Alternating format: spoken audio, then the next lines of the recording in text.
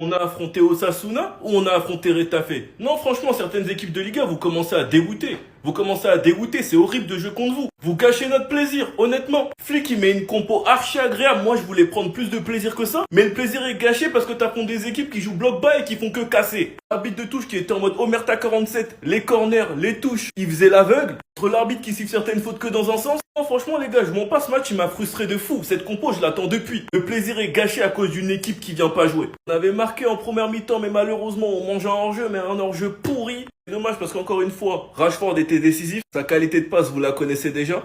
Et celui qui est venu les traumatiser, c'est Rafinha. Non, Rafinha, même si son match il était compliqué, il a eu beaucoup de ratés, beaucoup de déchets. Mais on connaît Rafinha capitaine, l'envie était là. Malgré tout ce qu'il a raté, en pleine contre-attaque, il s'est dit, moi je suis Rafinha, il a bousillé les cages. Ouais, il a pété les cages. En tout cas, les gars, enfin un clean sheet. Enfin, on n'encaisse pas le premier but. Enfin un 2-0 sec. Ça, par contre, ça fait du bien. Pour terminer ce week-end en beauté, Madrid, on vous regarde.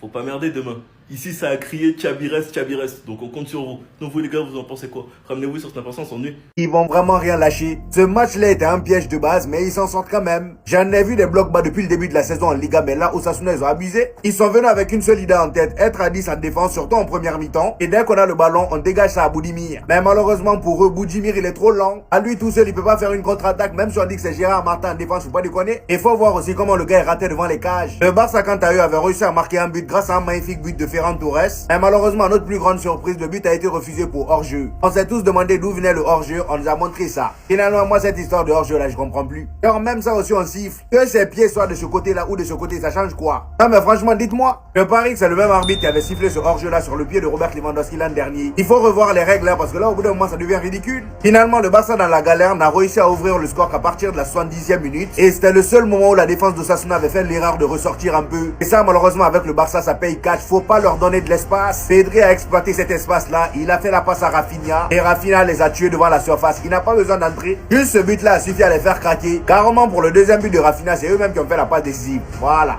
Malheureusement pour nous, le Barça creuse l'écart de 7 points désormais. Donc déjà qu'on est mort dans le film, si demain encore une fois on perd, c'est cuit. Faut oublier la Liga.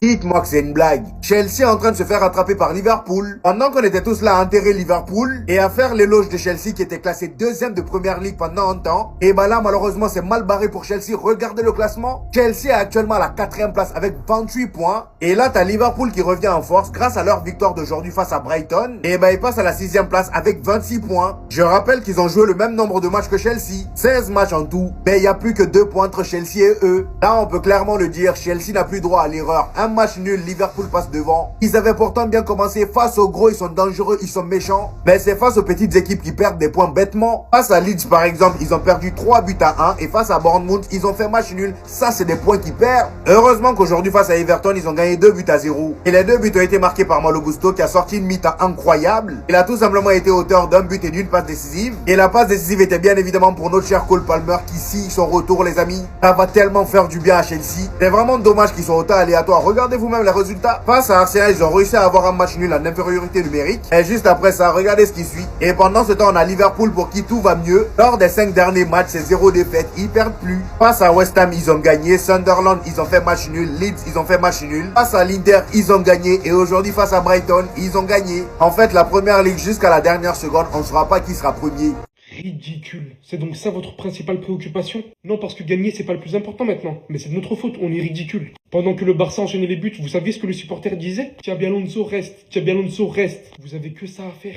Que de la haine dans ce débrief en fait. Je suis jaloux, voilà, et j'en ai rien à faire. On vous avait mis 5 points d'écart. Pour se retrouver derrière vous au final, avec Rafinha même jouant 10, n'étant pas dans sa meilleure forme, qui arrive à te sortir 2 buts dans ce match, dont un but en dehors de la surface. Il était content bien évidemment. Tandis que lui, un jongle, 2 jongles sur les adversaires, passe laser du milieu de terrain. Tu me dis en fait, tu me dis si on vous dérange. Là on se rend pas compte hein, mais Pedri et Rafinha, franchement, que serait le Barça sans ces 2 joueurs? En même temps vous allez me dire ils font partie du Barça, oui, mais depuis qu'ils sont revenus, c'est vraiment source de bonheur, source de chaleur pour ce club. Les vrais leaders, les vrais patrons de cette équipe. Rafinha surtout, hein, je trouve qu'il mérite tellement de respect au vu de ce qu'il fait. Mais bon ça c'est encore autre chose, 2-0 pour le Barça. Victoire méritée, hein. Osasuna, ils ont joué comme des faibles en fait. Alors qu'il y avait largement le potentiel d'essayer d'aller chercher quelque chose. Un match nul, je sais pas, ils ont voulu jouer comme des faibles. Bon, on doit faire le travail demain soir, c'est tout. Y a qui va m'empêcher de dire que c'est le meilleur joueur du monde? Y a qui va m'empêcher? Y a personne. La connexion Pedri Rafinha sous les yeux d'Andrés Iniesta, les gars. En fait, depuis son retour de blessure, qui peut l'arrêter? Qui? Homme du match presque à tous les matchs. Toujours buteur, toujours passeur, toujours décisif. Les gars, c'est le meilleur joueur du FC Barcelone. C'est pas celui qui me donne le plus de frissons quand il joue. Il y a Yamal, il y a Pedri. C'est pas le plus beau à voir jouer, mais s'il y a bien un mec, un soldat dans l'équipe, un mec qui va te faire gagner le match, un joueur qui va être décisif et qui va te ramener vers la victoire, c'est Rafinha. Pendant qu'il était pas là, on a bien vu le niveau du FC Barcelone en attaque, hein. On a bien vu. Et là, regardez comment il se fait applaudir au stade. Bien évidemment avec la passe de Pedri, magnifique encore une fois, qui lit le jeu avant tout le monde, qui a fait une passe derrière Rafinha, qui a marqué. Doublé ce soir pour Rafinha. Il va encore finir homme du match et il y a personne qui va m'empêcher de dire que quand il est à ce niveau-là, c'est le meilleur joueur du monde. Dans les petits matchs, dans les gros matchs, sélection, club, il est toujours là. Vous allez me parler d'Mbappé, de Haaland, de tout. Oui, ils sont pleins à être incroyables cette année. Mais à mes yeux, Rafinha, tu rajoutes la saison dernière qu'il fait. Je m'en fous, je mélange tout. C'est le meilleur joueur du monde. C'est le boss. C'est le patron du Barça.